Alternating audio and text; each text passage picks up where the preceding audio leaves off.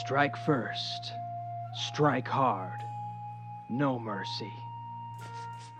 There's not a lot of room on this set to do some sweet moves, so not gonna do it. Let's review this. What is up, Netflix fans? Welcome back to my channel. Way back in the day, it feels like I gave you guys a review for Season 2 of Cobra Kai. I fell in love with this series, but unfortunately, I felt as if it was still missing that broad appeal. It needs to be on a streaming platform like Netflix.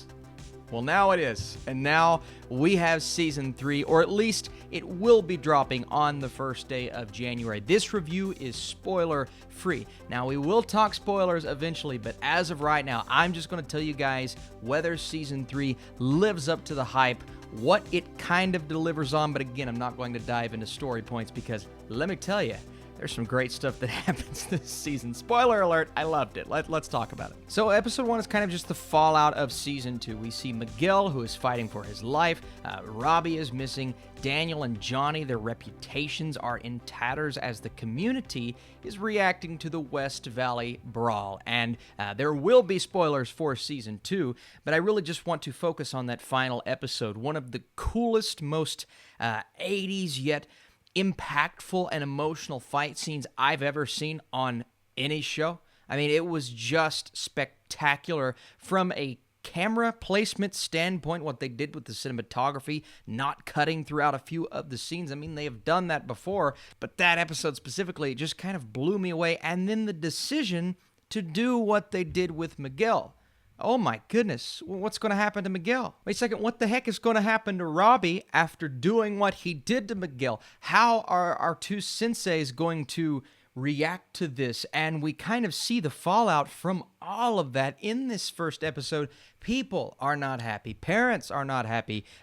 People that work within the schools, they are cracking down on these students because we still kind of have these battles going on throughout the school, and we still have kids who are really upset with each other. And a lot of these minor battles that happen throughout this season in particular kind of spawn from what we saw last season, but there are a few characters that we focus on, and you guys may have seen a couple of those pictures that released way back when, showing a character like Hawk, a character like Samantha, and regardless of how we feel about these characters at the beginning of the season, I think one thing that you're going to see focused on from the filmmakers here is a drastic amount of character development, but a lot of it goes in a way that you do not expect. And I'll stop right there and move into what really worked about the new elements this time around. Now, we know we built up a few things for Kreese this season. John Kreese has taken over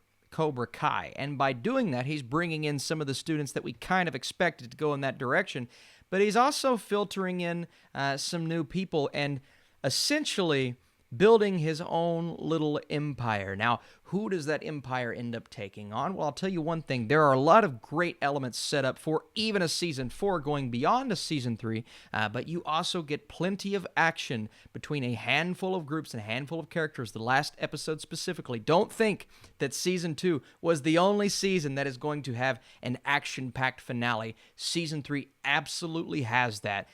And I kid you not, it may be the first time all year during a television show that I've had chills. Now, not chills because, I've never seen anything like it. Yeah, we've seen something like that before, but I got chills because it was just this pure mix of emotions and nostalgia and music and moments and cinematography and all of those things combined to create what I believe a great finale to an awesome, awesome Season 3. But going back to Kreese, they really focus on his character this time around, not only giving us a present version of his character to build upon, but we get a lot of flashbacks this season. We kind of get an idea of where he came from. Now, when that first started, I said, we're going to get one or two, but no. I will not say what we get, but we get so much to add on to what we already know about his villainous character, and I can say that because we all know the kind of man that he is.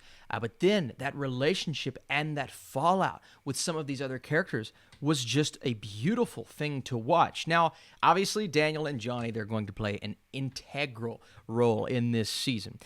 Daniel is really struggling this time around, not only with what just happened and having to worry about the kids and having to worry about his own daughter going to school and what could inevitably happen with her. She is also, Samantha, very stressed out this season because there were a couple of things that happened in that finale that really stick with her. And she has this, and I hate to say it like this, almost this fear of going beyond this wall she sets herself behind. And it is kind of a sad thing to watch throughout the season because you just want her to break free from that, to break free from that mental struggle. Back to Daniel, he also has to deal with his job, his career.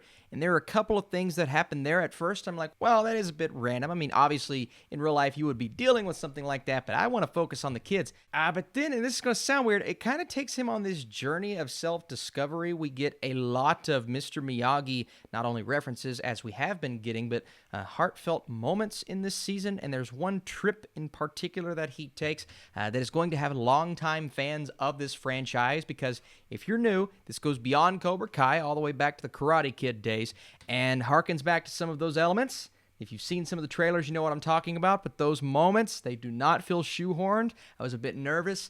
They felt so important to the plot, the story, and where these characters go, especially where his character goes. And he shows a lot of growth within this season. I didn't expect that.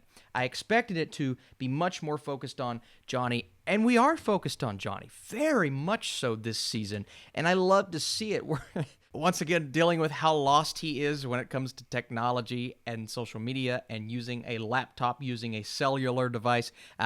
He finally learns how to use Facebook. That's kind of helping him out in his personal life. We're kind of covering that aspect of him as well this season. That was nice to see. It was nice to kind of peel back even more of these layers of Johnny. Now, he's in a bad place at the start of the season, as you could imagine, as pretty much most of these characters are. But as we progress, we see him growing in a way that maybe you're not expecting at the beginning of the season, but in a way that very much helps his character. But again, I think out of all three of those characters, the most unexpected element was Kreese. Now, we know he is ruthless. We know Cobra Kai is starting to become a bit ruthless because of the impact he's having on that. And one character in particular that I've already talked about just a bit, Hawk. Man, Hawk. I mean, we knew kind of where he was going, but he's making some decisions here. And some of these decisions are brutal, and Cobra Kai is starting to become, in the first few episodes, what I think a lot of us were afraid it was going to become. It was a bit brutal, but I use the word brutal, right? Kreese has had to go through so many things in his life that give you a perspective, and it's not necessarily, oh, I agree with his mentality. It's more so, I understand his mentality. And what do we often say about the best villains in movies and television shows? You have to kind of get where they're coming from. Not necessarily agree. If you agree, that helps, obviously. But understanding John Kreese in Season 3 was a beautiful and welcome surprise, as well as getting so much more from Johnny and Daniel sharing their screen time together, which is always the best part of every season, in my opinion. But we get some scenes between the two.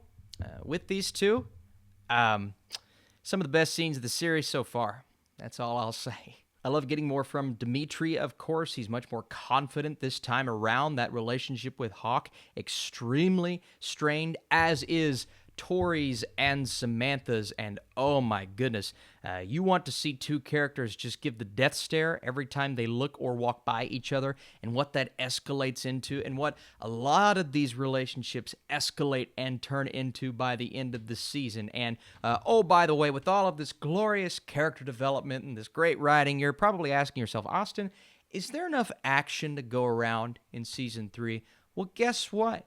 This may be the most action-packed season yet. And maybe not the action that you expect, but the action that we do get, whether it's off the cuff or something that seems like we're building up to, including some fun combinations, it's there. It is as well shot as it ever has been.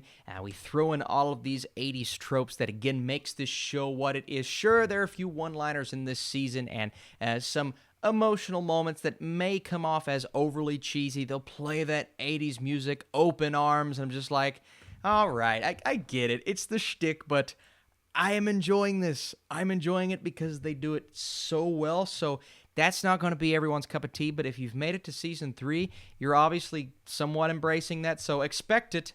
maybe even more so than we have seen in the first 2 seasons. But I love it. And all I will say, Miguel's story this time around is powerful. I can't say too much about he and Robbie just because of where they go in this season, but they've been pushing these characters in certain directions, especially in Season 2, and I will just say, oh my gosh, their storylines, where they end up at the end of this season, wow. So overall, if you guys enjoyed this review, if you're a fan of this show and you'd like to see more Cobra Kai content this week, drop this video a thumbs up. Season 3 continues to build its characters in a fantastic way. It proves to be just as self-aware, action-packed, and full of nostalgic energy as the first 2 seasons. This is television at its best, guys. As for my score, I have to go a 92% for Cobra Kai Season 3. It is just so much fun. It's awesome. I mean, this is what you look for in a season of television, especially if you're a fan of this show. I can't wait for you guys to see it. So let me know, are you excited for this? If you see it and come back to this review, how did you feel about it? The goal is to have more videos this week. Let me know if that's something you would like to see from me. Cobra Kai Season 3 coming soon. Get mentally prepared.